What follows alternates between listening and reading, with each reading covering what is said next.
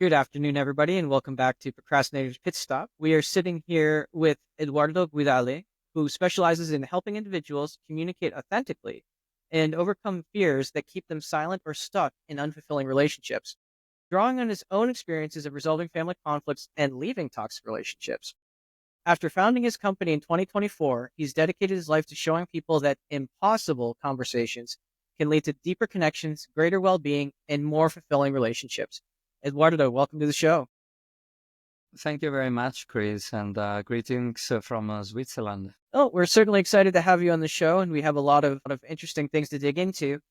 Before we do that, we do like to have an icebreaker on the show, and the question for you today is: who has inspired you the most on your journey? So this is a very easy question to answer for me. It's Wayne Dyer. I don't know many people know him. He is an inspirational figure for me. He wrote several books. He's a psychologist, but decided to dedicate his life to help people by writing books and being a speaker at events. And he talks a lot about how you can change your life and what you can do to make this change effective.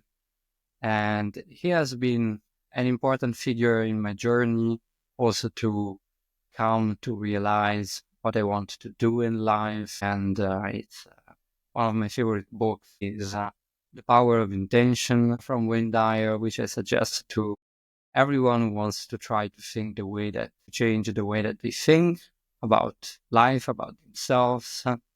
And yeah, he has been great. He has helped millions of people worldwide, and it definitely changed my life for the better. Excellent. Thank you for sharing that. Do you have off the top of your head maybe your favorite quote, maybe from one of his books? Yeah, absolutely. It's a quote that really sticks with me. It has really changed my perspective. This quote goes with, if you change the way that you see things, things will change. And this means that in order to change something in your life, you need to first to change the way that you look at it. So if you keep looking at something from a negative perspective, chances are that this is not going to turn into something positive.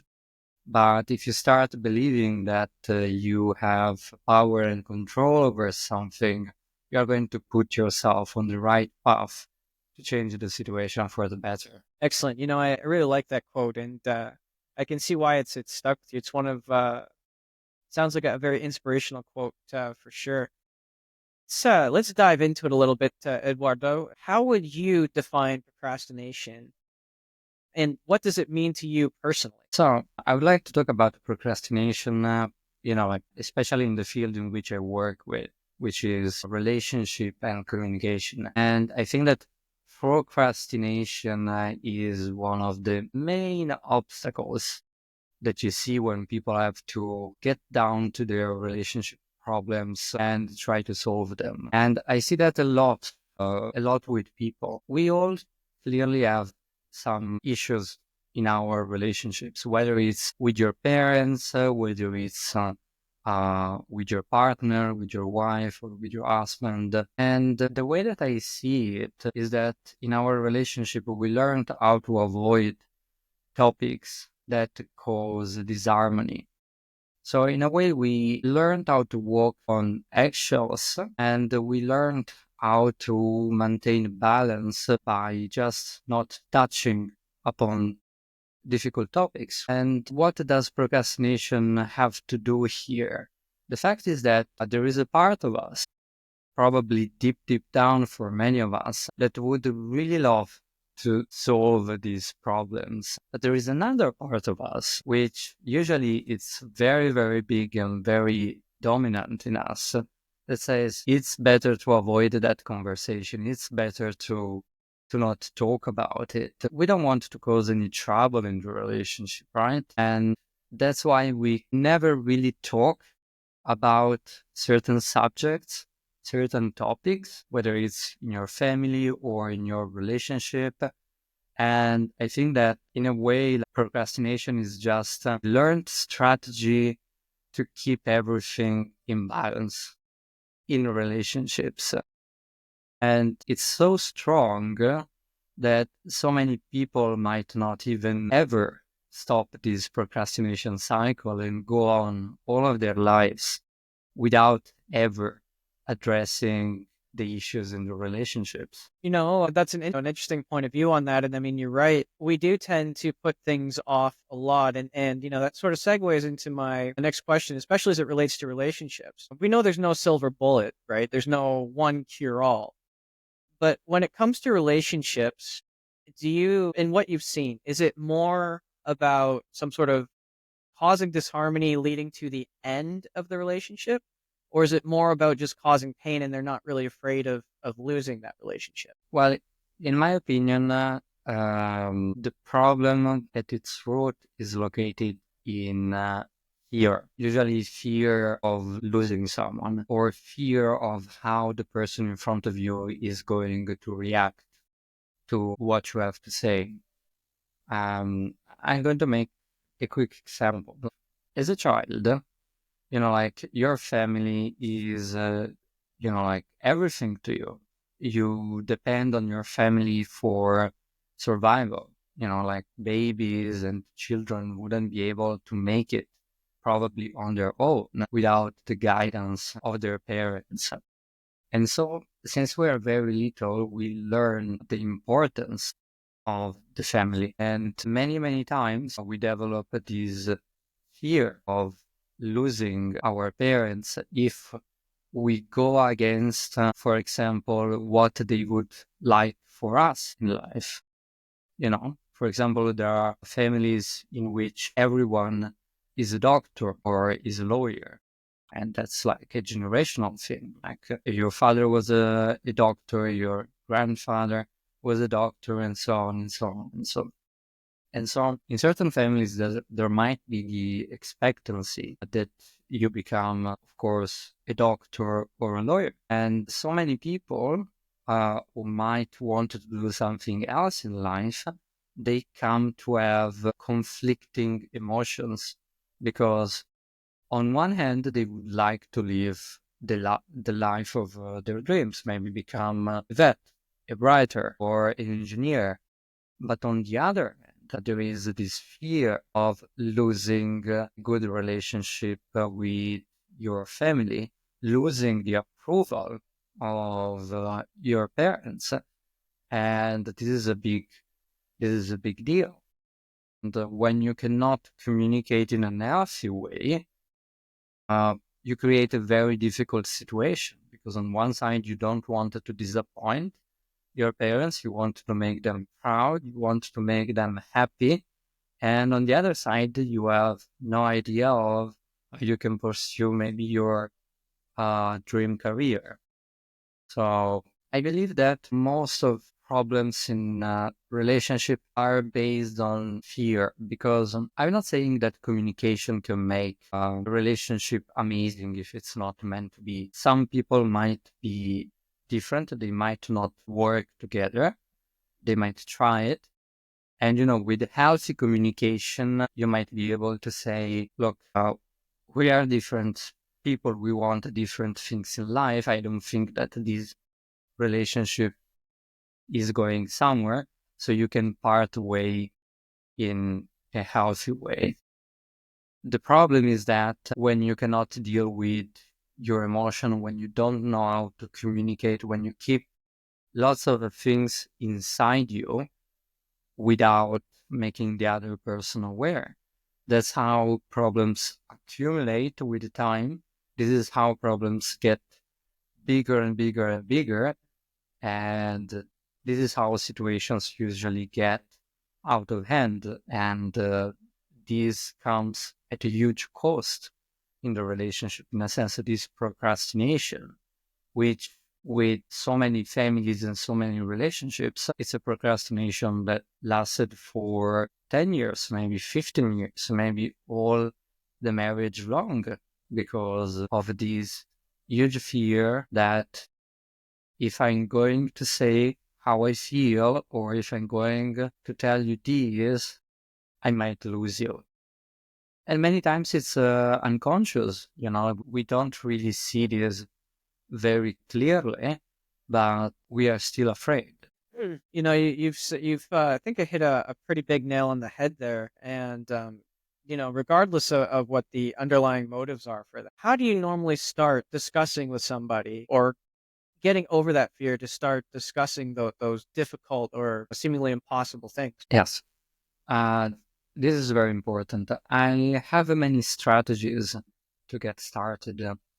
One of the first thing that I teach the people that I work with is to manage their expectations. This is one of the first thing that I do because many times when you bring a problem to the table or you bring people to the table, they have the unreasonable expectation that they should solve all of their problems in one sitting. And this is just not realistic because the way that I explain this to people is that communication is more like a muscle than a skill that you acquire, that you have or that you don't have. And for many people, this muscle is very weak.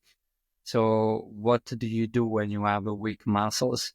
Do you exercise every single day in the gym without giving it rest? Or do you exercise one and maybe you wait 3 or 4 days until you recover it, and at some point you are going to be able to exercise more frequently? So there is this aspect. Another aspect about it that helps people to open up themselves instead of having a lot of fear is to set a good intention to the conversation. Many times when you have the troubles with someone, whether it's your friend, your mother, or your partner, people tend to go on the offense. Like, you did this wrong, and this, and I'm right because of this and this and this. The problem with that is that instead of creating a good ground for your relationship, you make the other person feel attacked. And, when someone feels attacked, it's going to be very difficult to solve anything. So the way that I suggest couples and families to start working on their problems is to make a change of perspective. You need to start to think in terms of the well-being of the relationship and of the family. So when we start, we would usually make sure that everybody's on the same page and that we are not here to point fingers. We're not here to say how much right we are and how much wrong everybody else, but we are here to work to support the well-being of the family. And we are here to acknowledge our responsibility because, like it or not, everyone contributed in a way or in another to the creation of this problem. And this is a whole other topic that I'm very passionate about. But when you approach a conversation with a white flag and saying, look, I'm not here to tell you what you did wrong. I'm here because I love you. I would like to solve this problem that we have together. I would like to understand what I did wrong. You are going to put the other person also in a safer condition when they are more likely to open up and to find the faults in themselves compared to having them feel attacked and having them to feel like they need to defend themselves. This is an important thing that I always do. I like that you brought up the different aspects there of, trying to approach it in a way that's not escalating. I mean, we do tend to get angry, and when we get angry, we want to lash out because, it's gets into, they said, they didn't say, it's their fault. But you mentioned the expectation part of it, and I'm wondering what your opinion is on this. I've experienced this in my own relationships. I've seen this in others' relationships. To what extent are these expectations external and sort of like embedded into our society through movies, through cartoons, maybe through parents. And a lot of these expectations, maybe that's the whole thing, because the wife expects that the husband should take out the trash without being told. The husband, expects that he is going to take out the trash, but only when the bin is like, overflowing, right? So to what extent do you think if we sat down and maybe that's a good starting point to say, I expect this, but wouldn't that antagonize the other person saying, this is what I expect out of a relationship? So you touched upon several interesting points. First, yes, expectations are embedded in our society. We can receive expectations from our parents. It's normal that many times we mimic what our parents do. So we are probably going also to retain these expectations, maybe unconsciously. No, not everyone, but that's reasonable to say. In movies, definitely. I could talk for hours about movies in which expectations are very, very unreasonable.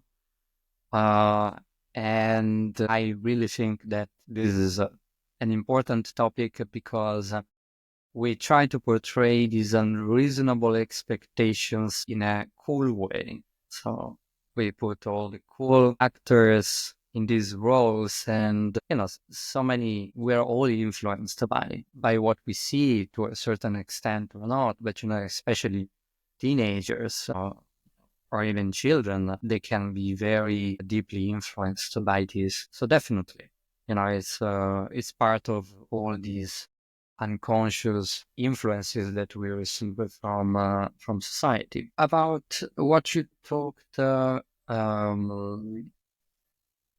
you made an example of the husband who has expectations about what is like a full trash, what is not a full trash bin, and expectations of the wives. I think that we antagonize people in our relationships when we are not clear about what our intentions are.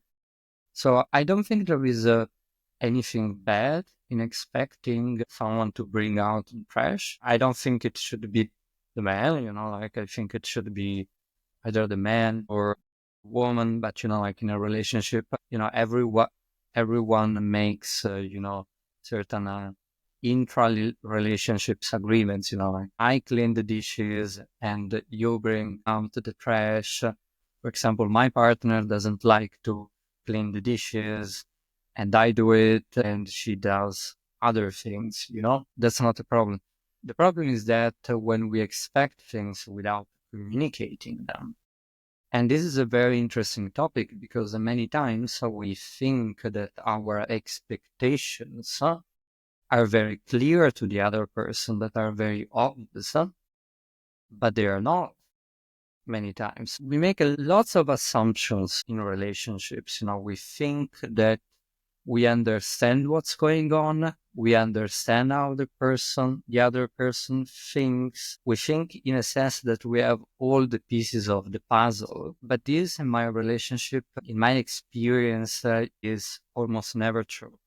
With all the people that I work with, it's so fascinating seeing how with a healthy communication, they start finding things about each other that they never imagined in the first place. And that's normal, because we are different people. We are being brought up in different ways. And what is obvious to me is not obvious to you. And I could make an example from my personal experience.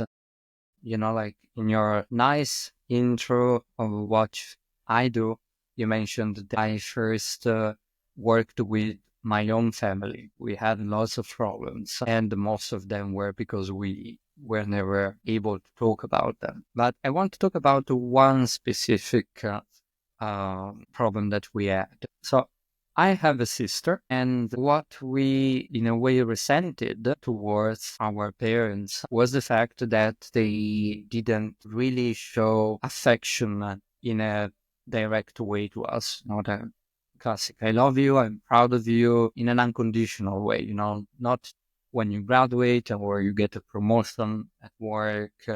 We were missing that a lot. And when we brought that up to our parents, they were surprised. They were speechless because they were like, we had no idea of how important that was to you. And when we went a little deeper into it, we understood that their parents as well were not used to show affection in a more direct way. So they simply internalized this behavior and projected it onto us. But as soon as they understood how important this was for me and my sister, they changed it right away. Like right from that evening, they started saying this. They started saying that. They started hugging us because they understood how important that is to us. And this is like one of the millions of examples that I could make about expectations. We as children expected our parents, to show affection to us, but they had no idea because they thought it is implied. Of course, we love you. Of course, we care about you. And this is how communication can be very, very powerful. Because when you bring things on the surface, you stop antagonizing people and you make them understand on which page you are, and you bring them on the same page. And from there, you can work. And in this case, with our parents, it worked very easily because, the love was there. And once you understand what's important for someone and you love that person, it's very easy to make the change. The problem is that when you're not aware of these expectations and you have no clue, you cannot do anything about it. You touched on something very interesting there as well, as it pertains to expectations. But what we tend to forget, and this was brought up to me actually several weeks ago, a few different times by different people, which it leads me to believe is probably an important thing. We are judged by our actions. That is, other people judge us by our actions, but we ourselves judge ourselves by our intentions. And intentions and expectations, I think, kind of go hand in hand, and it's a slippery slope. I'll give you an example of just of mine. I spent quite a long time with, working towards my goals in my own family as intentions, right? And my expectation was that everything was fine. To other people in the family, me working 80 hours a week was not ideal. I mean, my intention was, provide for my family and do that stuff, and I love them, right? But my actions to them dictated otherwise. Do you find that sort of disparity happens quite a bit in relationships that don't have this open communication? Yeah, absolutely. That happens all the time. So, and I'm really happy that you touched upon this topic because it's so important. When I talk about, in a sense, responsibility, it has to do with the fact that we unconsciously or without any bad intention, we are hurting the people around us. So if we take your example, you were working a lot, 80 hours a week, if I'm right, and this caused some suffering to the people in your family. The way that I help people navigate these situations is to, first of all, take the person who has a problem, the person who is suffering, and make them say how they feel about this situation. So in the case of your family, they would tell you like how they are feeling, how that make them feel. The second thing that I always suggest people is to, instead of going on the offense, like you are doing something wrong, you shouldn't work 80 hours a week, or from your perspective, you shouldn't attack me, you should accept me. I suggest people to find more of another perspective from which to talk. In your case, I would usually suggest to people, even if you do something without knowing, even if you have all the best intentions towards your family, your actions still hurt them. So you need to acknowledge that, and you need to make them understand that you understand how they're feeling and that you feel sorry for this situation. That doesn't mean that you need to stop working 80 hours a week. It just means I'm sorry that my actions are making you feel this way, because I'm sure that you mean no harm to your family. You meant no harm to your family.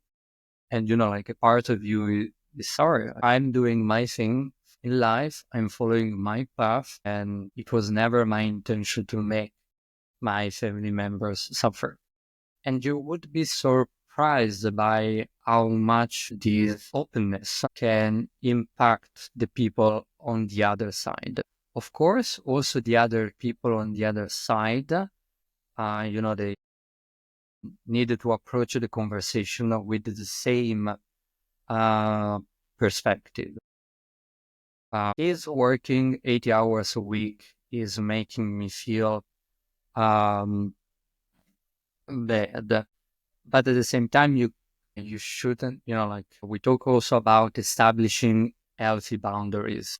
So another thing that I teach is that, in families, many, many times boundaries are not clear. You don't understand where someone starts and where you finish, you know?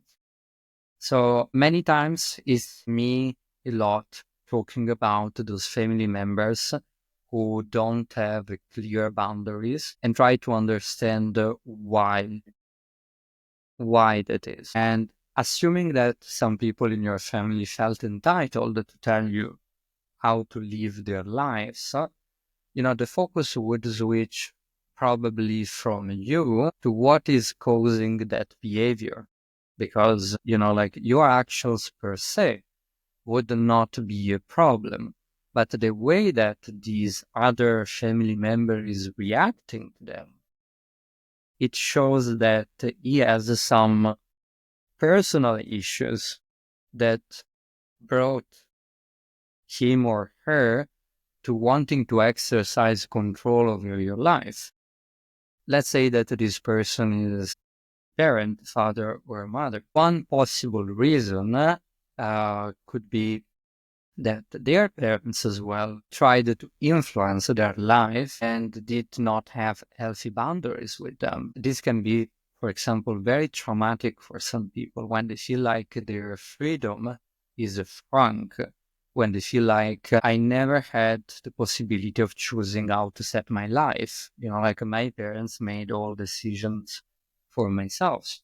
And many times what happens is that people who are traumatized by their parents, in order not to open up their wound, they end up doing the same to their children. So if that would be the case, the focus would shift from this problem that is just a symptom on the surface, and we would go and find what the other problem was about, because most likely this father figure never really talked and solved the problem with their parents, these boundary problems. So, it's about going to the root of the problem, because many times what we see are just the symptoms of the problem at its root. So, whenever we have a difficult family member who is very stubborn and doesn't want to change the perspective, it's probably because we're not hitting on the root problem itself, but we're just dealing with some symptoms. Thank you. Thank you for sharing that. That's definitely a big one in all areas of life is boundaries, right? Because you've got, again, people pleasing, or you've got people feeling resentful because they're doing things that they feel like they're being forced to do. How do you go for that with those boundaries?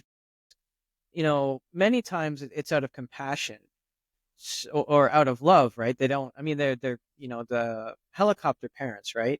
They want to ensure that their children don't get hurt. It comes from a place of love.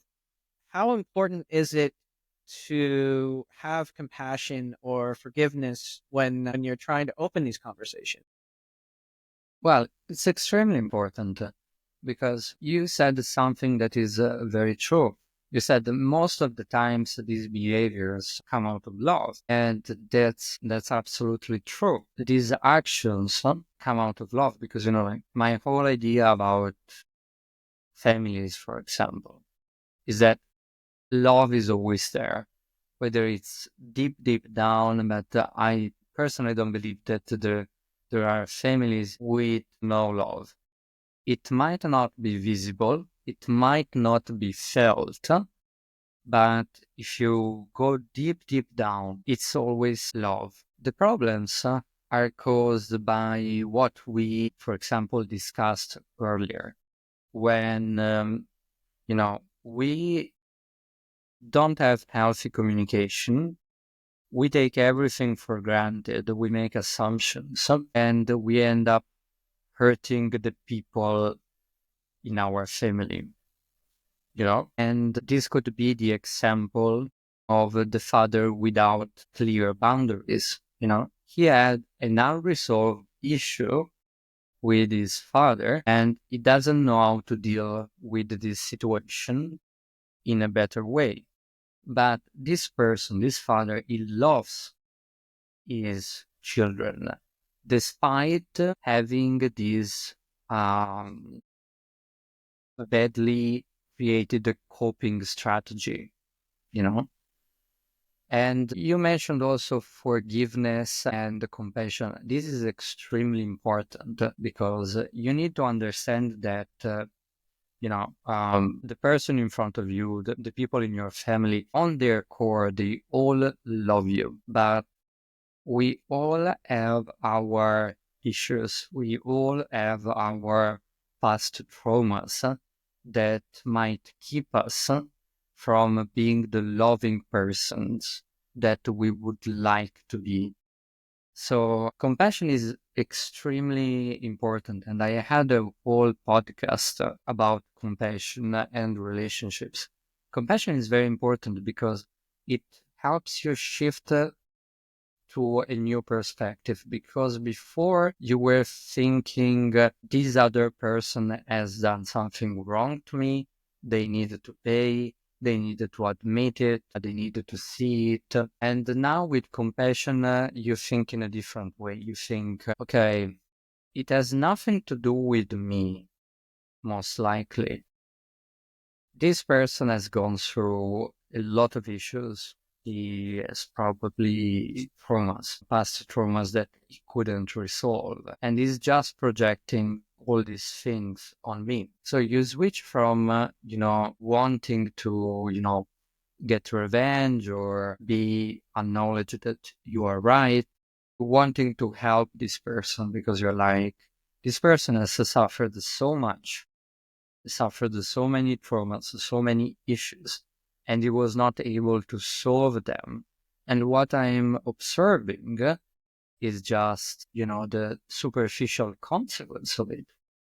That's why I'm coming back to the example of my family, of me and my sister not feeling, unconditionally loved from our parents.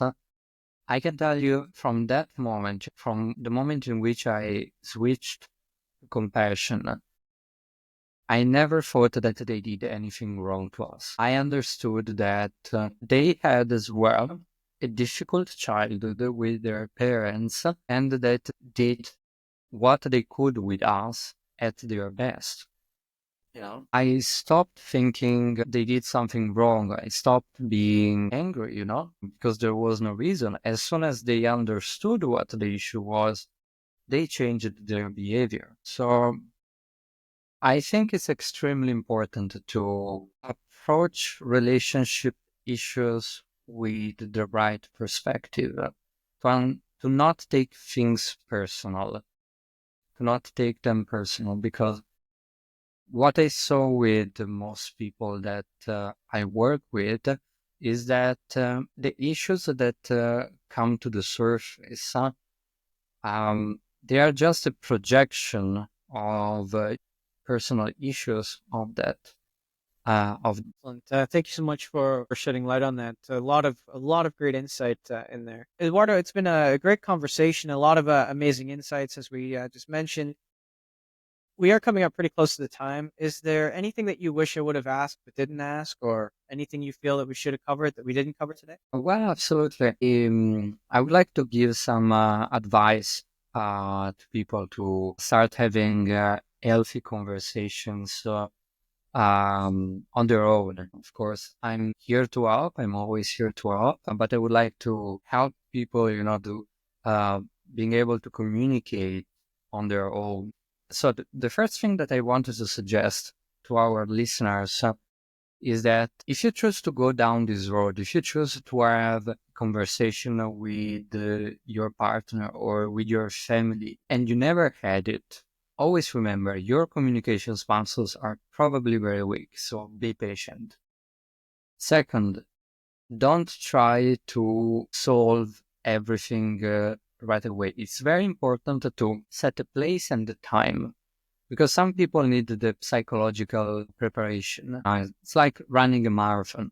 You don't take someone who is out of shape and all of a sudden you tell them, okay, now we are going to run a marathon. Don't go home night and be like, I listened to this podcast with Edoardo. It was very interesting. It was about communication. And now we are going to talk about our issues.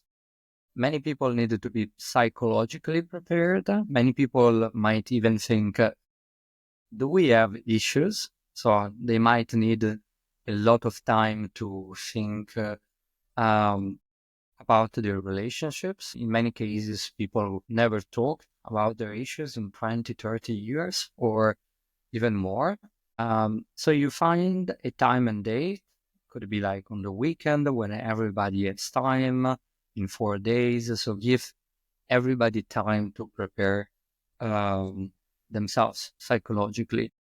Then set a positive intention. This is very important. Stress out the fact that you want to do this, you want to have this conversation, this family meeting for the well-being, of the family, of the relationship, and that you would like to understand in which way you contributed to these problems. So bring in the white flag instead of the sword.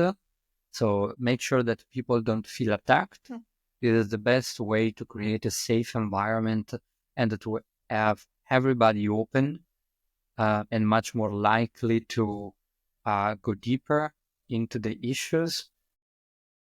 And during the family meeting or during this conversation in your relationship, make sure that is time limited. You don't want to start an endless conversation that is going to start at midday and finish at 10 p.m. This is very important because, again, your communication muscles are very weak. And on your first workout in the gym, you don't want to train for 8 hours, right? You want to be mindful of your energies, also of your emotions. Make sure that, they last.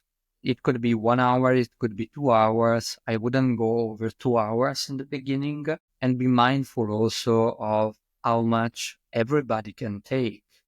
Because if someone feels overwhelmed, then you should stop, and continue at another point. There is no point in continuing in that case. Then again, manage everybody's expectations. Make sure that people understand we are not going to solve all of our issues in one sitting. Again, talking about the preparation of a marathon, like it takes time for someone who is not fit to prepare and being able to run a marathon. It could take months, could take 1 year. So set the expectations. And especially in the beginning, I always suggest after the family meeting, after the discussion, do everything that you can to avoid to come back on these topics. Because again, it's like working out, it's like exercising. if you are not a top athlete, you cannot keep going at it. You cannot work out every single day. You need some recovery.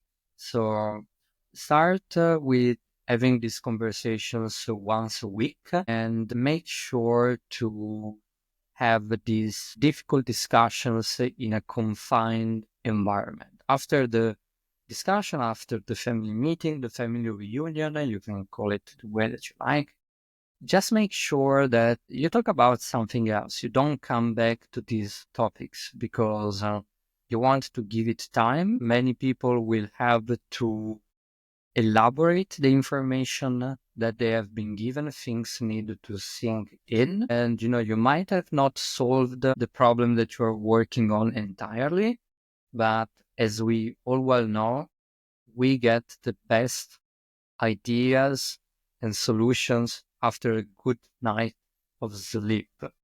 So you might get an idea for the solution of your problems in the middle of the week.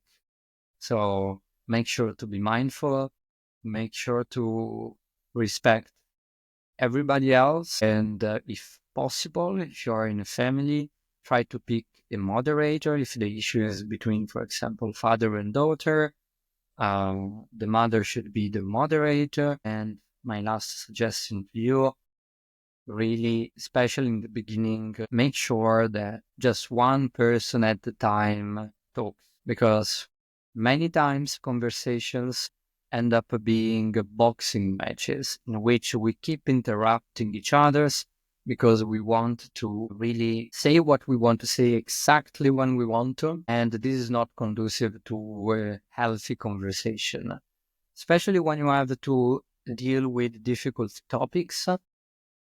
You need to give space to the person who is talking. You need to make them feel safe. And, at the end, when this person is done, it's going to be your turn and you will be able to say everything that you need. But another muscle which is very weak is the listening muscle. We don't listen most of the times. We listen maybe for a while, then we have something to say and we are just waiting for our turn to say what we have to say. But listening is a key to understanding. That's why even if it takes 2 minutes, 5 minutes, 10 minutes for the other person to bring everything to the surface, give them that space, because it's important. Many people need also to reason. They might not have a clear mind about these particular issues. And so they need the time to reflect, they need the time to elaborate, and you need really to learn how to listen, because this is so important. And not everybody, is very direct in the way that they say things. And there is always someone in the relationship or in the family who has a more aggressive way of communicating. And there is always someone who is a little bit more shy. So in that case, the aggressive communicator would always dominate the discussion and the shy one would never talk. So we want to break these obstacles to communication. And that's it. I hope that you can have healthy conversations. I hope that I helped you, and I'm always here. If you need me, you can book an appointment on my website, www.edoardoguidali.com, and you can find me on my social medias on Instagram and TikTok. Excellent. Thank you so much, Eduardo. A very action-packed segment to end the show. A lot of great tips in there. Set your intentions, set a timer, because man, I know if we get to discussion, sometimes it can go on forever, right? But no, yeah, a lot of great information. And once again, just thank you so much for being on the show. And to all our listeners, thank you so much for being on the show. But don't worry about writing all that information down. We're going to have Eduardo's links in the show notes as always, to make it easy for you to connect with him in case you have questions. And just remember, if you can't find that inspiration or motivation for yourself today, maybe just go out and try to be that motivation and inspiration for someone else. and we'll see you again next time.